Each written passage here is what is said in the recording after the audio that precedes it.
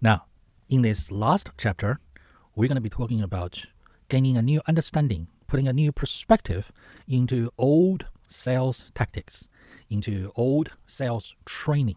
All right. And I'm going to give you 3 examples in this last chapter, last segment. Example number 1 is in all the old training, old sales training, self-motivation training, they teach you to focus on the dollar amount of your commission. All right. And this can be incredibly discouraging to a beginner salesperson when they haven't made any sales in 2 weeks, in 2 months. Okay. A new way of looking at this is, instead of looking at, I haven't earned any dollar amounts, all right, look at the number of people I am going to make happy if I made any sales, if people bought my products or my service. And better still, in the beginning, focus on the progress you have been making, or you have already made, however big or small, as a student who is learning sales as a skill.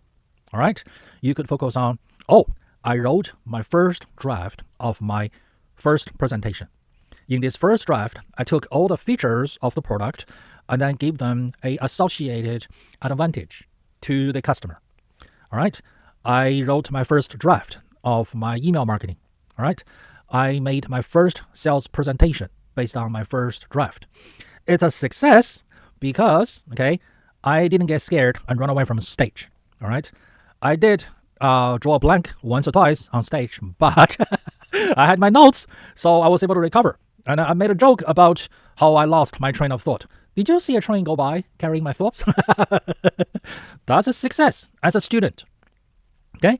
Have you ever taught a little kid how to ride a bicycle? Have you ever taught a teen how to drive a car? Okay? Do you always beat them down, or do you give them words of encouragement? Okay? So the kid got the bicycle going with training wheels. Hey, that is a success. That is an accomplishment. All right?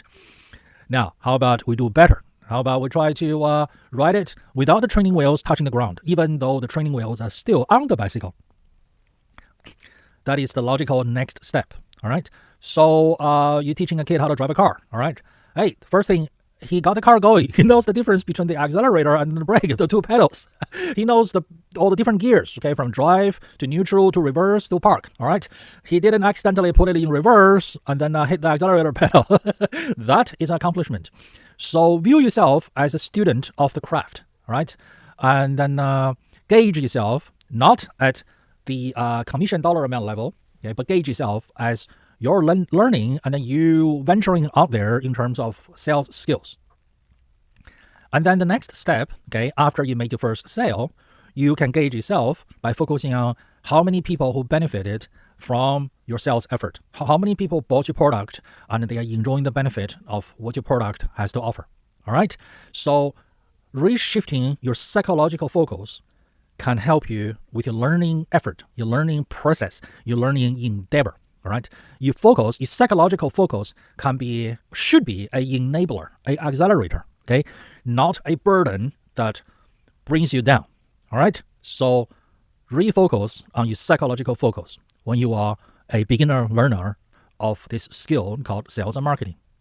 Here's the second example of how to understand an old teaching of an old sales tactic, with today's lens, with today's understanding. All right.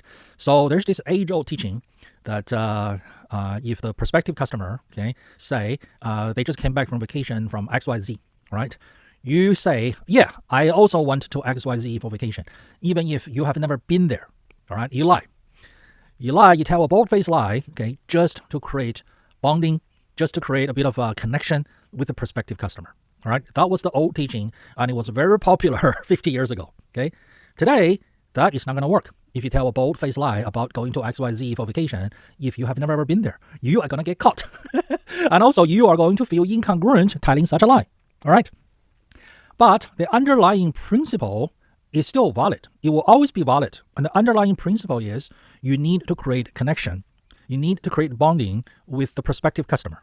So if the prospective customer say they just came back from vacation to XYZ city and you've never been there, what do you say to create bonding? You say something that is true to you. True to you can be, depends on you, right? you have always wondered what's it like to go to that city for vacation. Or a friend of yours went to that city for vacation. All right? Or it can be you like going away for vacation. It's just you're yet to go to this city. Okay? Or you can say, wow, I wish I can go on vacation. All right? There are different levels of in agreement with. You can just say something that is true to you. Right? If you have never been to that city, you have never thought about going to that city for vacation, just come out and say the truth. I've never thought about going to that city. Why did you choose to go to that city for vacation? All right. This will get them talking. Oh, yeah, I chose that city because of A and B and C. Right. They love telling you about not only they went to that city for vacation, they love telling you about why they chose that city for vacation. All right. So if you don't want to talk about that, okay, you can talk about, yeah, I also like to go on vacation. All right. How often do you go on vacation? Where else have you been? They will tell you. Okay, we go on vacation once a year. We've been to city A, city B, city C, city D. Okay, we've been to this place, that place, all over the world. Oh, we have only been to 1, 2, 3 places. We wish we could go to 4, 5, 6, 7 places. Next year, we plan on going to. So at whatever level, you can always find conversation topics that you are congruent with. That's true from the bottom of your heart. All right. You could even say, let's say if this is true to you, I haven't had a vacation for 3 years. All right. I've been working really, really hard. Okay, so I long to get on vacation. Okay, maybe after we do business, I can get on vacation or something like that. Say something relating to vacation that is true to you. That's how you build connection, right? Don't disagree with them. Don't say, oh, that city sucks to be on vacation. Oh, don't say you should not be going away for your vacation. You should stay here for your vacation. Or you should never go on vacation. You should just work and save your money. Those are conversational topics that are in disagreement with. You don't want to bring out disagreeing sentiments from your prospective customers. All right? You want to bring out conversation topics that's in agreement, and they can tell you something about their vacation or whatever it is about them.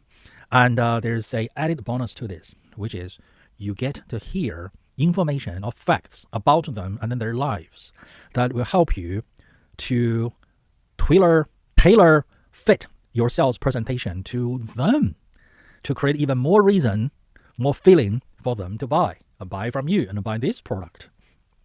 They might say something about vacation. They say, oh yeah, we were in this taxi that's red. And then they're looking at this car that's also red. They want to buy from you. Okay. They might say we were in a hotel. They had this coffee machine. And now your office also has the same coffee machine and so on and so forth.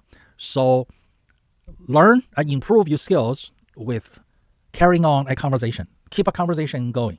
All right. And you can try this outside of sales environments. You can try this at a party, on the street, or even at the supermarket with a cashier.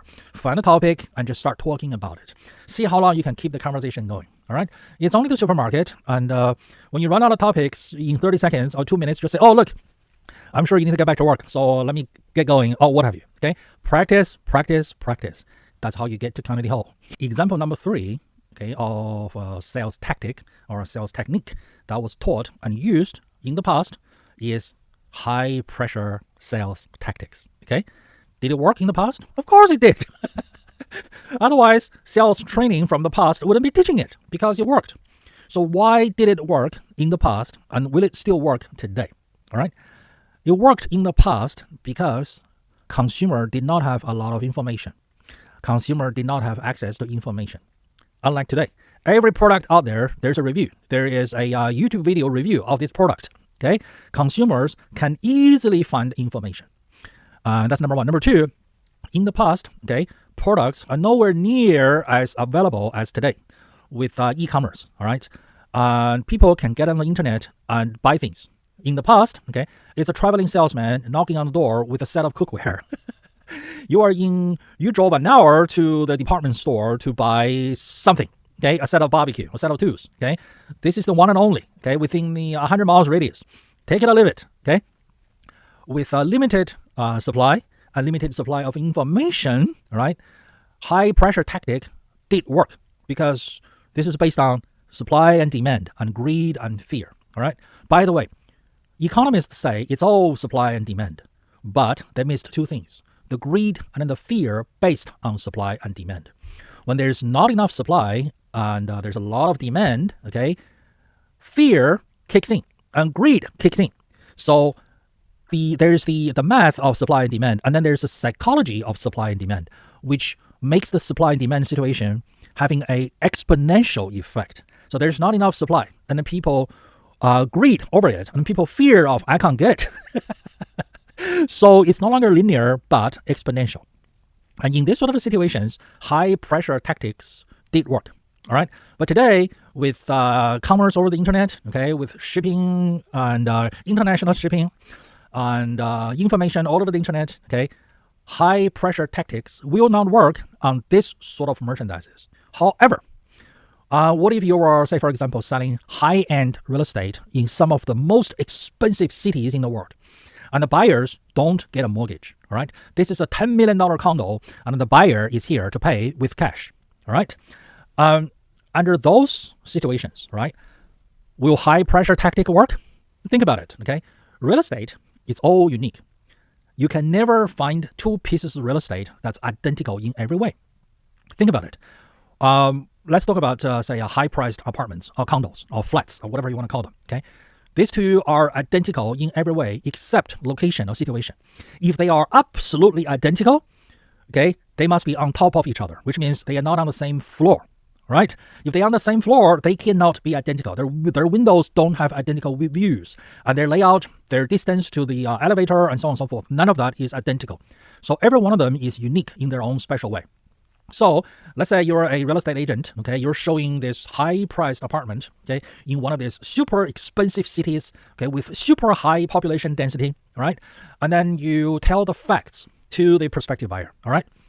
This building is packed full of expensive condos, apartments, and only people who are rich and famous can afford to live here, and units in this building almost never come on the market, maybe once every 5 years, all right? So I did sell this particular unit, okay, 10 years ago. Now the owner is selling it, okay, using me again. And I have you, and I have 1, 2, 3, 4, 5, 6, 7 other buyers, all right? Some buyers will be coming to town tomorrow. Some buyers will be sending their employees to come and see it. Some buyers is willing to buy it without seeing it in person, all right? And all of these people are willing to pay $10 million, $11 million, $12 million, okay? They have the cash. They never need to get a loan, and they just push a button, and then they're just going to buy it. And some people will buy it just to let it sit there. They let it sit there so they have a place to come to when they come to visit our city, or they just want to buy it. Just like people buy lots and lots of handbags, people buy lots and lots of shoes, people buy lots and lots of cars, okay? Some people own 5, 10, 20 cars, right? Even working class people, they might own like 3 different cars. One sports car, one pickup truck, okay? One SUV, and all of them, they paid $1,000 for it, and they're forever fixing it, but this is a working class person with 3 cars, okay, parked out there. They're all his. So under those situations, okay, a overpriced piece of real estate in a city that's highly packed, high population density, a very expensive city, that's one example. You could use high pressure sales tactics. Or you can be, say, cars, that's collector's items, all right? This is a car from the 1950s, and when it was brand new, it was $1,000. Today, on the collector's market, okay, this car is $10 million, okay, I have 10 buyers. They're all interested in having this car as one of their additional collections, okay, in their garage of 20 cars. And in those situations, you could use a high-pressured sales tactic. So those are just 3 examples of teaching from the past, sales practices from the past, okay? They did work, but if you just copied them without understanding the underlying science principle, okay, if you copy them in the fashion of monkey see, monkey do, they probably won't work for you. They probably will backfire on you in today's environment, okay, in today's world of business. But if you understand why and how they worked, the principles, the science-based principles on human decision-making process, okay, on why and how they worked, you can easily utilize them in your business, in your endeavor, in your sales efforts, and make them work for you.